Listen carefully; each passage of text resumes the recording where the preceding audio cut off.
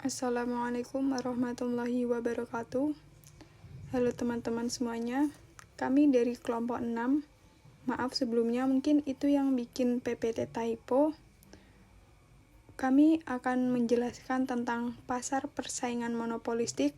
Sebelumnya izinkan saya untuk memperkenalkan kelompok kami, yaitu yang pertama ada Winda Amanda Agustriani, kedua ada Tria Safira, ketiga ada Hifli Milzam, keempat ada Sukmawati, dan selanjutnya yang terakhir ada Enda Kusumawardani.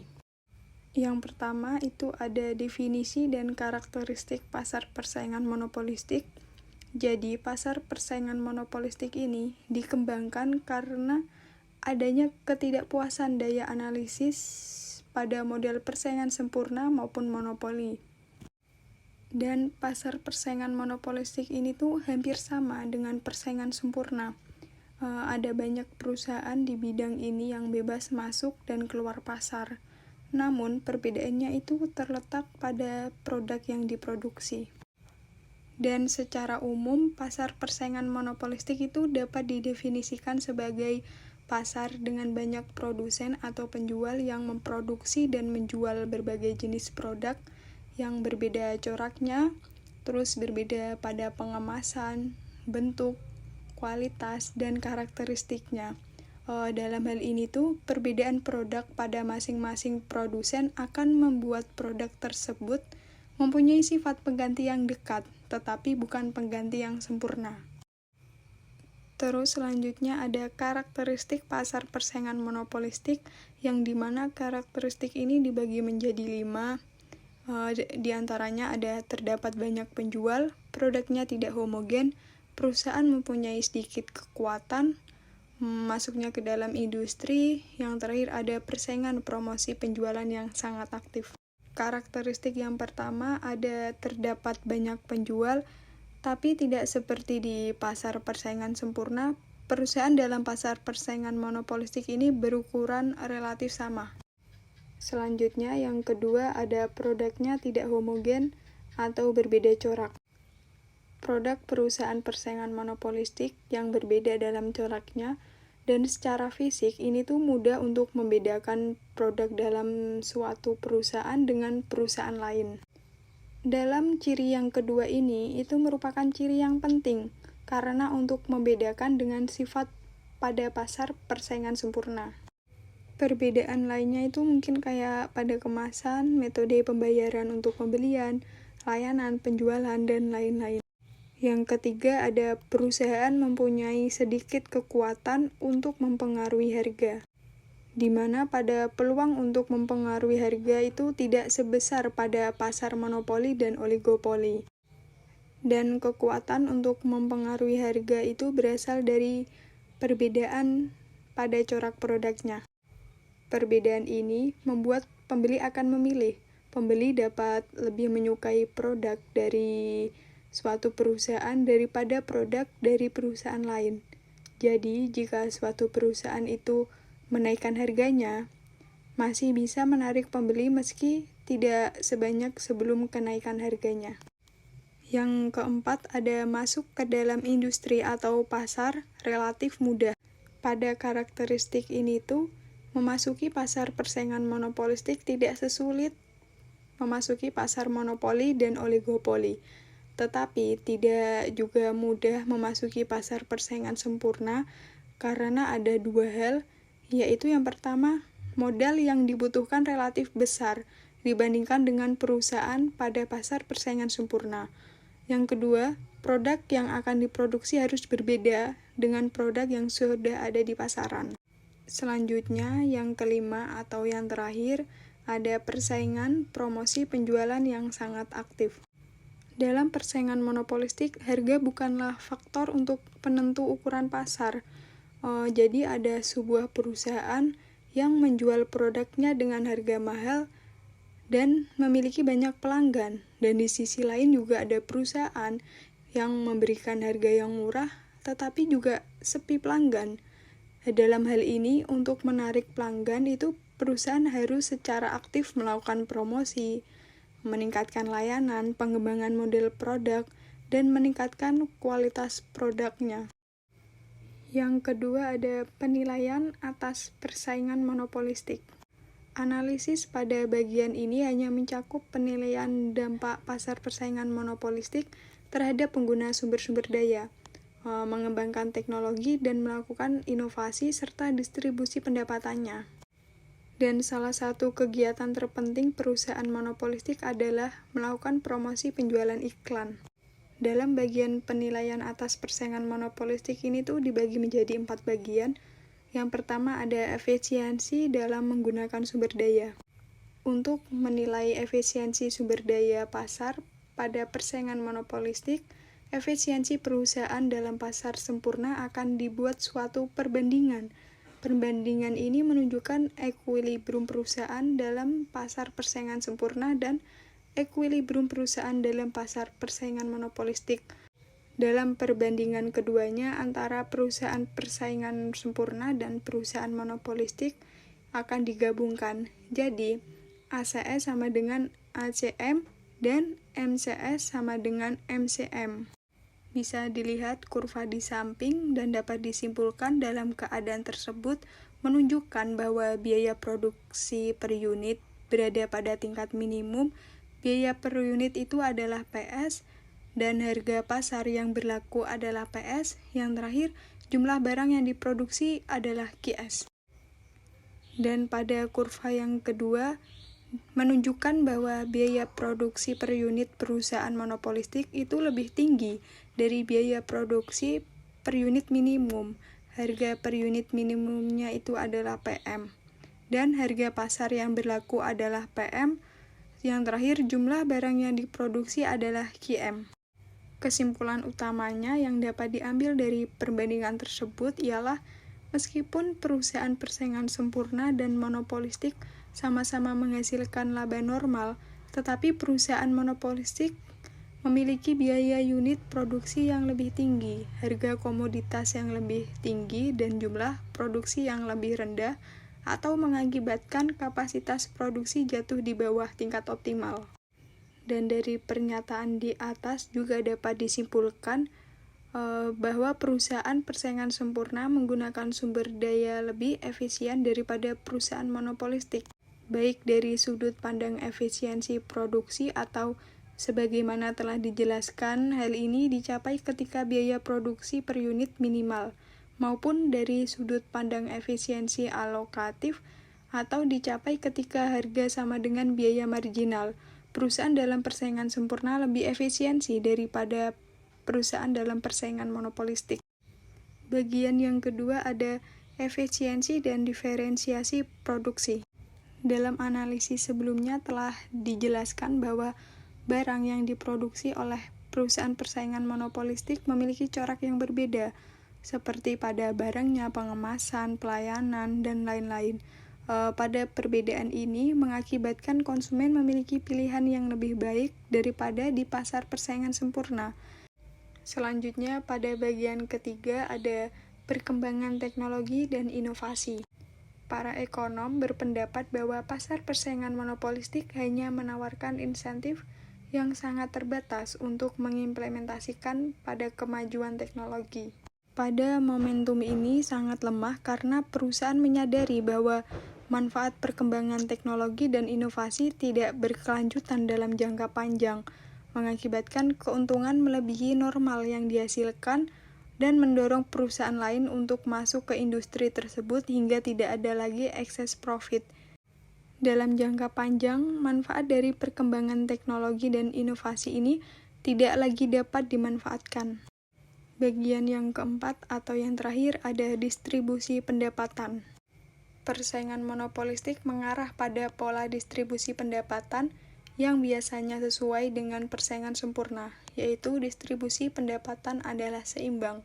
Karena tidak ada kelebihan laba dalam jangka panjang, pengusaha dan pemilik modal tidak menerima kelebihan pada pendapatannya. Selanjutnya yang ketiga ada persaingan bukan harga meliputi diferensiasi dan promosi. Pada persaingan bukan harga ini bertujuan untuk memindahkan kurva permintaan ke kanan. yang mana perpindahan ini tuh berarti pada setiap tingkat pendapatan dan kesempatan kerja, jumlah barang yang diminta menjadi bertambah banyak. Pada persaingan bukan harga ini dapat dibedakan menjadi dua jenis. Yang pertama ada diferensiasi produk, yang kedua ada iklan dan berbagai bentuk promosi penjualan. Pada diferensiasi produk yaitu menciptakan barang yang sejenis tetapi berbeda coraknya dengan produksi perusahaan-perusahaan lain.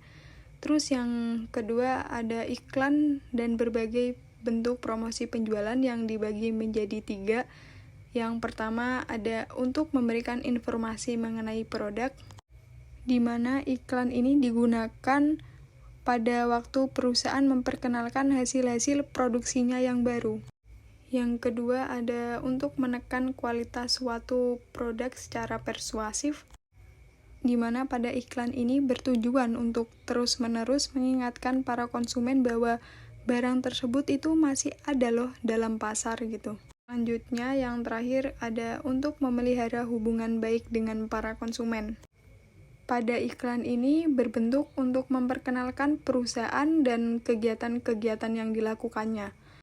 Dan untuk iklan hasil produksinya tidak begitu ditekankan, karena menghindari larangan pengiklanan yang dilakukan pemerintah, misalnya kayak iklan rokok. Selanjutnya, yang keempat itu ada kebaikan dan keburukan iklan. Yang pertama ada kebaikan iklan dalam pasar monopolistik, dibagi menjadi 4 macam, yaitu yang pertama adanya iklan akan membantu konsumen memberikan informasi pada konsumen dan mempermudah mereka dalam mengambil keputusan. Selanjutnya, iklan mampu mendorong produsen untuk meningkatkan mutu hasil produksinya. Yang ketiga, iklan yang digunakan untuk promosi juga memberikan peluang baru di perusahaan yang mendukung iklan seperti radio, televisi, surat kabar, dan lain-lain. Yang terakhir, iklan dapat meningkatkan kesempatan kerja. Yang kedua yaitu keburukan dari iklan. Pada pasar monopolistik dibagi menjadi 4 macam. Yang pertama, membuat iklan merupakan suatu pemborosan. Yang kedua, iklan terkadang memberikan hal yang menarik. Yang ketiga, iklan dianggap tidak efektif untuk meningkatkan lapangan kerja. Dan yang terakhir, iklan dapat menghambat masuknya perusahaan-perusahaan baru. Yang kelima, ada keseimbangan perusahaan dalam jangka panjang dan jangka pendek. Pada jangka pendek, kurva permintaan adalah menurun sedikit demi sedikit, dan sebagai akibatnya, kurva MR tidak berimpit dengan kurva permintaan.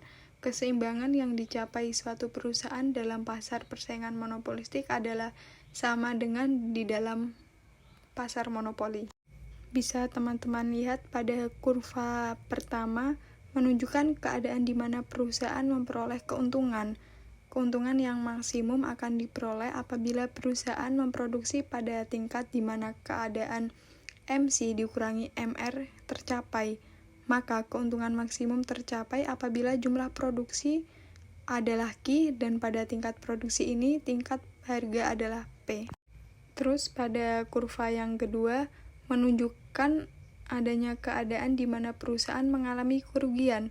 Berbanding terbalik pada gambar yang pertama, kerugian akan dapat diminimumkan apabila keadaan MC sama dengan MR-nya tercapai. Hal ini berarti perusahaan harus mencapai tingkat produksi sebanyak Q. Pada tingkat produksi ini harga mencapai P. Besar kerugian yang diderita digambarkan oleh kotak pada PABC. Yang kedua, pada jangka panjang, di mana keuntungan lebih dari normal akan menarik perusahaan-perusahaan baru untuk masuk ke dalam industri tersebut. Dalam persaingan monopolistik tidak terdapat hambatan kepada perusahaan-perusahaan baru, maka keuntungan yang melebihi normal akan menyebabkan bertambahnya jumlah perusahaan di pasar. Dan pada gambar kurva tersebut menunjukkan bahwa keseimbangan perusahaan monopolistik di dalam jangka panjang produksi berjumlah Q, dan pada tingkat produksi ini tingkat harga adalah P. Dapat dilihat bahwa P sama dengan biaya total rata-rata, yang berarti bahwa perusahaan hanya memperoleh untung normal. Perbedaan itu dapat disimpulkan bahwa harga dan biaya produksi di pasar persaingan monopolistik cenderung lebih tinggi, dan kegiatan memproduksi di pasar persaingan monopolistik belum mencapai tingkat yang optimal. Selanjutnya yang keenam itu ada pasar persaingan monopolistik dalam efisiensi ekonomi, di mana laba yang dinikmati perusahaan itu mengundang para perusahaan pendatang untuk memasuki industri, dan masuknya pendatang memberikan dua kemungkinan terhadap permintaan perusahaan yang lama. Dalam kurva tersebut, pelanggan yang makin setia secara grafis terlihat dari kurva permintaan jangka panjang yang lebih curam daripada jangka pendek, atau pelanggan makin bersifat memilih, di mana permintaan jangka panjang menjadi lebih landai dibanding jangka pendeknya. Bagaimanapun pengaruhnya, perusahaan hanya akan dapat bertahan dalam jangka panjang jika mampu menikmati laba normalnya pada saat harga jual sama dengan biaya rata-rata. Selanjutnya yang ketujuh yaitu pengaturan pada pasar monopolistik. Dalam hal ini didasarkan oleh 3 argumen. Yang pertama, daya monopoli yang relatif kecil menyebabkan kesejahteraan yang hilang relatif kecil. Yang kedua, permintaan yang sangat elastik menyebabkan kelebihan kapasitas produksi relatif kecil. Yang terakhir, ketidakefisiensi yang dihasilkan perusahaan yang beroperasi dalam pasar persaingan monopolistik diimbangi dengan kenikmatan konsumen karena beragamnya produk, peningkatan kualitas, dan meningkatnya kebebasan konsumen dalam memilih output.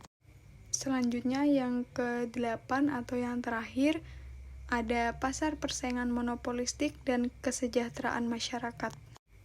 Dalam hal ini terdapat permasalahan kesejahteraan dalam kompetisi monopolistik, yaitu adanya markup atau konsumen menghargai barang biaya di atas marginalnya, sehingga pasar monopolistik memiliki kerugian bahan baku yang normal dari pabrik penetapan harga.